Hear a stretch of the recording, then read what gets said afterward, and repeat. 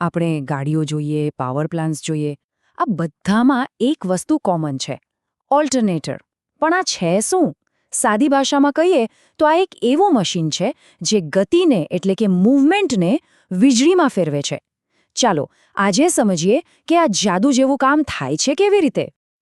તો સવાલ એ છે કે ખાલી કોઈ વસ્તુને ગોળ ગોળ ફેરવવાથી આખી દુનિયાને પાવર મળે એવી વીજળી કઈ રીતે બની શકે?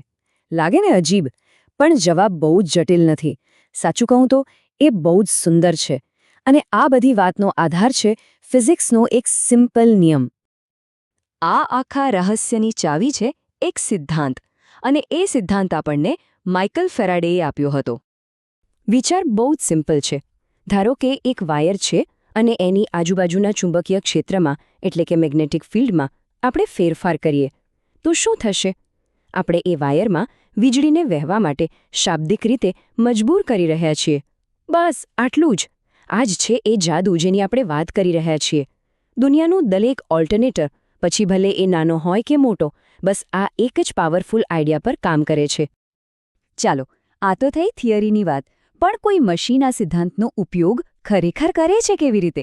એ સમજવા માટે આપણે ઓલ્ટરનેટરની અંદર નજર નાખવી પડશે. અને જુઓ, આપણે જે સોર્સ મટીરિયલનો અભ્યાસ કરી રહ્યા છીએ એ આ વાતને બહુ જ સરસ રીતે સમજાવે છે. આપણે મૂળભૂત રીતે એ જ માહિતીને સરળ ભાગોમાં તોડી રહ્યા છીએ જેથી આપણે એના મુખ્ય ભાગોને કામ કરતા સમજી શકીએ. કોઈપણ ઓલ્ટરનેટરમાં સમજો કે બે મુખ્ય ખેલાડીઓ છે. પહેલું છે ફિલ્ડ વાઇન્ડિંગ. આને આપણે ફરતું ચુંબક બનાવનાર કહી શકીએ. એનું એક જ કામ છે મેગ્નેટિક ફિલ્ડ બનાવવાનું. અને બીજો ખેલાડી છે આર્મેચર વાઇન્ડિંગ. આ શું છે? આ સ્થિર વાયરોનો એક સેટ છે જે પેલા ફરતા મેગ્નેટિક ફિલ્ડમાંથી એનર્જીને પકડવા માટે જ બેઠો છે. એટલે એક ફિલ્ડ બનાવે છે અને બીજો એમાંથી વીજળી પકડી લે છે. સિમ્પલ. અને અહીંયા જ ઓલ્ટરનેટરની ડિઝાઇનનો અસલી કમાલ દેખાય છે. ખાસ કરીને ત્યારે જ્યારે આપણે એની સરખામણી જૂના ડીસી જનરેટર સાથે કરીએ. જુઓ, ડીસી જનરેટરમાં શું થતું? જે ભારે વાયરો વીજળી પકડતા હતા એટલે કે આર્મેચર, એ પોતે જ ફરતા હતા. ઓલ્ટરનેટરમાં આખી ડિઝાઇન જ ઉલટાવી નાખી. અહીં ચુંબક બનાવનાર એટલે કે ફિલ્ડ એ ફરે છે અને એ વજનમાં ઘણું હલકું હોય છે, જ્યારે ભારેખમ આર્મેચર સ્થિર રહે છે. આ એક નાનકડો ફેરફાર લાગે, પણ એનાથી જ ઓલ્ટરનેટર વધુ એફિશિયન્ટ અને ભરોસાપાત્ર બને છે અને ઘણી ઊંચી સ્પીડ અને પાવર હેન્ડલ કરી શકે છે. તો ચાલો હવે આ બધા ટુકડાઓને જોડીએ અને જોઈએ કે વીજળી બનવાની આખી પ્રોસેસ ચાલે છે કેવી રીતે. સૌથી પહેલાં આપણને એક ચુંબકની જરૂર છે, બરાબર? એટલે એક નાનો ડીસી કરંટ જે સામાન્ય રીતે 125થી 600 વોલ્ટની વચ્ચે હોય એને રોટર પરના ફિલ્ડ વાઇન્ડિંગમાં મોકલવામાં આવે છે. અને જેવો કરંટ મળે એ તરત જ એક પાવરફુલ ઇલેક્ટ્રોમેગ્નેટ બની જાય છે. હવે કોઈ બહારની તાકાત, માની લો કે કારનું એન્જિન, એ રોટરને ફેરવવાનું શરૂ કરે છે.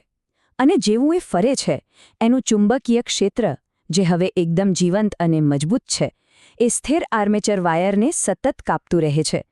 અને યાદ છે ને, જ્યારે વાયરની આજુબાજુ મેગ્નેટિક ફિલ્ડ બદલાય ત્યારે શું થાય? બસ એ જ જે ફેરાડેએ કહ્યું હતું.